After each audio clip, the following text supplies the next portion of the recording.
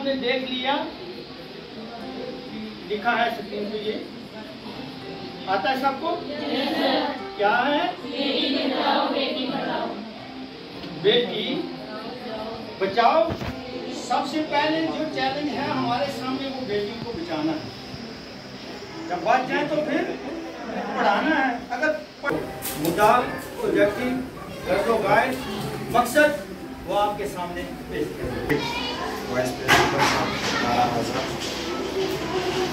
और हमारी chief guest Mahnaz ma'am vice president programme के लिए बुलाया गया है, और उसके अलावा हमारे जो यहाँ स्टाफ इंतजामिया मौजूद है और अजीज़ तालिबात। तो आज मेरा आने का खाली इतना मकसद है कि मैं आपको इन्वाइट करूँगा जो आपके साथ रहेगा, और उसके बाद प्रिंसिपल साहब कहेंगे और उसके साथ ही आपका उससे पहले मैं सिर्फ एक दो पॉइंट्स की तरफ आपकी तवज्जो दिलाना चाहूँगा। रोज़ आप मुझे सुनते रहते हो, हुआ भी हो जाते होंगे, लेकिन मौके के लिहाज से ये मरतबा कुछ बातें याद रह जाए। देखिए, टाइटल आपके सामने है प्रोग्राम का, बेटी बचाओ बेटी पढ़ाओ। सबसे पहले तो सोचने की ये नौबत आनी चाहिए, हम सब ये सोचें कि आपको ये नौबत क्यों आई कि हमें स्पेशल इसके लिए प्रोग्राम ऑर्गेनाइज करने पड़े, हमें इसके लिए बाकायदा करना पड़ा, या हम इसकी कोशिश कर रहे हैं। तो ये सारी चीज़ें सबसे पहले उन फैक्ट्स पे जाना चाहिए, उन चीज़ों पे जाना चाहिए कि आखिर ये नौबतें आई क्यों, ऐसा हुआ क्यों, कहाँ किस जगह फ़र्क रहा, किस जगह तरबियत में फ़र्क रहा, सोच में फ़र्क रहा। तो उसके लिहाज से बहुत सारे पॉइंट्स ऐसे हैं जहाँ कमज़ोरियाँ रही और जिसकी वजह से ये सारी चीज़ें सामने आई। देखिए, कोई भी शहरी जैसी लानत आपको कहीं नहीं मिली, लेकिन जो हम सुनैल में इसे घुसेड़ते गए और लास्ट में हम जलालत की इस हद तक पहुँच गए कि हम बाकायदा लिस्ट कराने लगे कि हमें प्लान चलाने चाहिए। और इसमें ये दूसरा बड़ा अहम फैक्टर था जिसकी वजह से समाज के अंदर ये बुराई नहीं जाती। दो बड़े अहम फैक्टर। अब ये सारी चीज़ें, ये तो हो गई प्रॉब्लम, इसका सोल्यूशन क्या है? इसका सोल्यूशन तो अगर इस पर बात की जाए तो घंटों की जा सकती है, लेकिन मैं उतना ही दूंगा आपको जितना आपके जहन में रहे, आप इसे प्रैक्टिकली कर सकते हैं। सबसे पहले इसका सोल्यूशन ये है कि आप बच्चियां जो हैं अपनी अहमियत को पहचानें। कोई ऐसी बात जो आपको अपने दायरे इख्तियार से बाहर ले जाए, जो आपके वजह से जवाल बने आपके घर वालों पर या आपके समाज पर, आपकी बरादरी पर, आप उस दायरे से निकले। क्यों कहा जाता है हमारे यहाँ कि जब भी जो है वो बच्ची 10th में या 12th में कोई भी बच्ची जो है वो खुदा न खास्ता अगर फेल हो गई तो कुछ ही अर्से के बाद जो है वो देहातों का एक अजीब सा माहौल है, उसकी शादी करवा दिया। अहमियत इस बात की समझती होगी, जानती होगी, तो आने वाले दिनों में पोलियो की तरह ये बीमारी भी आहिस्ता आहिस्ता जड़ से खत्म हो जाएगी। पूरी है कि आप हर लिहाज से अवेयर हो। और मैंने एक बात आपसे बारहा क्लासेज में भी कही है, आज फिर से रिपीट करूँगा। वक्त आज आप यहाँ बैठे हैं, ठीक 1 साल गुजरने के बाद, 1 साल को भी छोड़ो, अभी 5 महीने गुजरने के बाद जो 12th की बच्चियाँ यहाँ बैठी हैं, आपने एडमिशन फी दी होगी 1400 रुपये या जितनी भी आपने दी, अगले साल 2800 दो, कोई नहीं बैठे। मैं कहता हूँ 5000 दो, 10,000 दो, कोई नहीं बैठे। कभी बतौर मेहमान आए तो बैठे, लेकिन ऐसे कोई बैठने नहीं देगा। इसकी क्या वजह है? वक्त है। अपनी ज़िंदगी में आपके इखलाक दुरुस्त हो, आप एक अच्छी बच्चियाँ बने, और दूसरे आप जो है वो टेक्निकली आज के ज़माने की दौड़ में चल सकें। मैं बड़ा हैरान होता हूँ जब हमारे बच्चे मोबाइल तो रखते हैं लेकिन सिवाय यूट्यूब और फेसबुक चलाने के उनको कुछ नहीं आता है। और जनाब दिन पूरा करके इकट्ठे को नाले को भी देखा, उसका भी फोटो लेकिन अवेयर हो तो उससे भी बेहतर मटेरियल आपको मिल सकता है अगर आप एंड्रॉयड मोबाइल यूज़ कर सकते हैं किसी भी टॉपिक पे, किसी भी एंगल से। लेकिन उसके लिए ज़रूरी है आप अपने दायरे में रहकर समाज की बंदिशें भी देखनी होती हैं, मजहबी बंदिशें भी देखनी होती हैं। कहीं पे भी कोई मजहब आपको पढ़ाई से नहीं रोकता। हमारे तो मजहबी इस्लामी एतबार से तो हमारी सबसे पहली आयत ही क्या है, जो सबसे पहले हुज़ूर सल्लल्लाहु अलैहि वसल्लम उतरी, इक़रा बिस्मि रब्बिक। वहाँ कहीं नहीं कहा गया कि मर्द पढ़ो औरतें ना पढ़ो, सबसे पहला लफ्ज़ ही इक़रा, पढ़ो। वहाँ कहीं नहीं था कि ये आप मर्द पढ़ो या औरतें पढ़ो। वहाँ सीधा सीधा कहा गया कि तुम पढ़ो, सबसे पहले हमें पढ़ने का कहा गया। आज हम पढ़ाई से ही दूर है, ये हमारी बदनसीबी है। सो आपको इन सारी चीज़ों से अवेयर होना है, इस बुराई को रोकना है और अपनी इज्जत को पहचानना है, अपनी ताकत को पहचानना है। इन सारी चीज़ों को मद्देनजर रखते हुए मेरी बात थोड़ी सी लंबी हो जाती है, इसी चीज़ के पैसे भी देते हैं, है ना, ये भी मत रिकॉर्ड कीजिए, ठीक है। तो मैं इसी के साथ बड़ी ही इज्जत और एहतराम के साथ हमारी आज की मेहमान को दावत दूंगा कि वो स्टेज पे आए और आज के दोपहर मुनासिबत के लिहाज से आप बच्चों से है ना।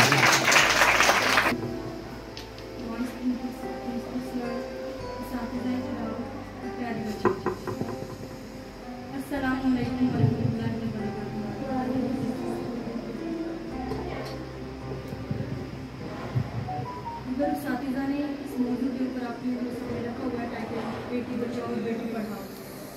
आप सभी बहुत रहीम हो, अपने अंदर ये मत रखा करो कि हम लड़कियों से कम हैं या कुछ भी है।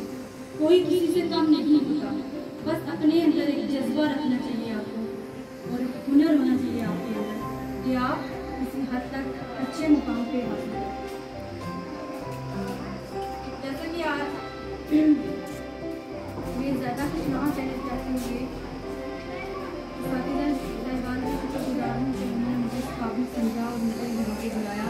मैं तहे दिल से उनका शुक्रगुजार होती हूँ और शुक्रिया अदा करती हूँ। जैसे आपको पता है कि आजकल इंसान को जद्दोजहद करनी पड़ती है और अपने अपना मकसद हासिल करने के लिए उनके अंदर एक टैलेंट होना चाहिए। अगर आप ये सुनते हो कि हम लड़कों से कम हैं तो आप ज़िंदगी में कभी कुछ नहीं कर पाओगे। अपने अंदर एक टैलेंट रखो कि हम ज़िंदगी में बहुत आगे जाएंगे और अपने माँ बाप और अपनी उम्बाई सबका नाम रोशन करेंगे।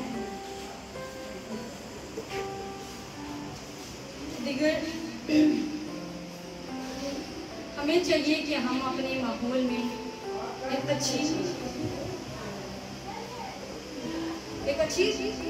याद छोड़ के जाए और उनको यहाँ तक लेके जाओ कि वो कल कहीं खड़े हो तो आप कोई वहाँ पे साथीजा गुजरे या कुछ भी हो तो वहाँ पे बोले कि ये फलां की बेटी है।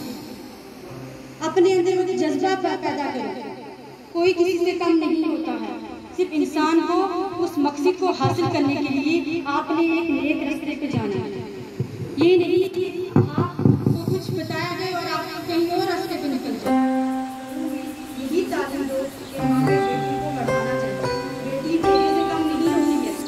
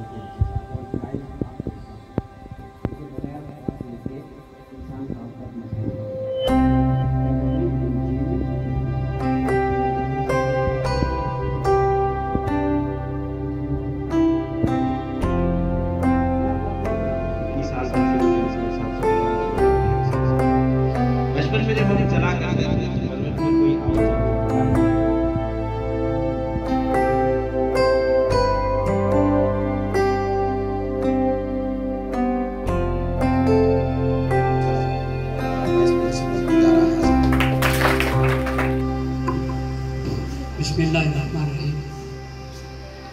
आज के हमारे मेहमान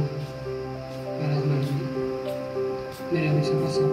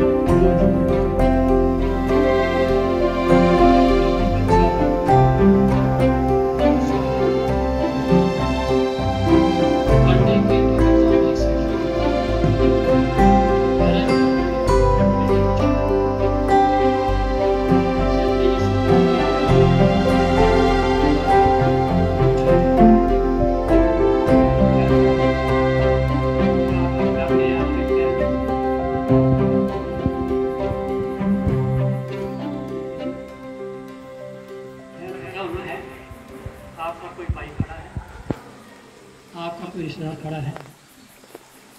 बचाव का मतलब ये हो गया कि आप लोगों ने गलत कामों से, गलत ट्रैक से चढ़ने से अपने आप को खो दिया। इसलिए अल्लाह करेगा आपके ज़हन में कोई एक ही अच्छी बात पड़ जाए, आपकी ज़िंदगी का मोड़ जो है वो बदल सकता है। आपकी ज़िंदगी के वो गलत मराहल जो है वो अच्छे कामों में बदल सकते हैं।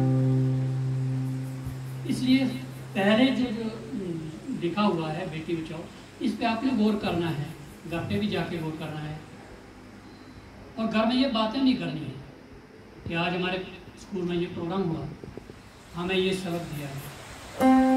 प्रोग्राम होते रहते हैं, बातें चलती रहती हैं, लेकिन अच्छी बातों पे अमल करना सबसे बड़ी बात है।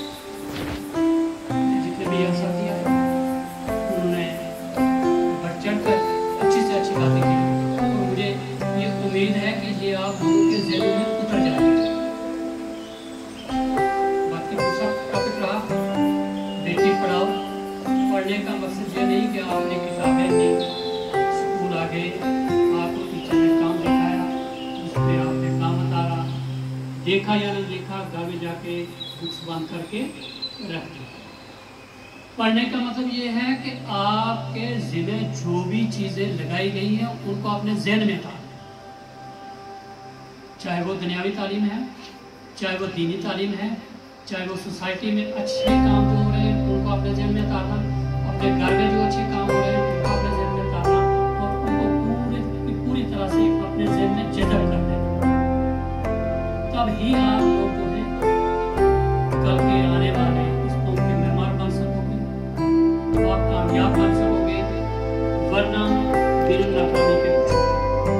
इसके लिए आज की इस महफिल में सिर्फ मैं ये कहता हूँ कि अपने दामन को पाक रखिए और दीन का दामन पकड़िए, अपने मजहब का दामन पकड़िए, तब ही आप सही इंसान बन पाओगे, वरना वही पत्थर मारने वाले बनोगे जो जाहिल लोग होते हैं। पत्थर मारने वाले मत बनो, इंसान बनो, इंसानों की तरह अच्छी तरबियत पाओ।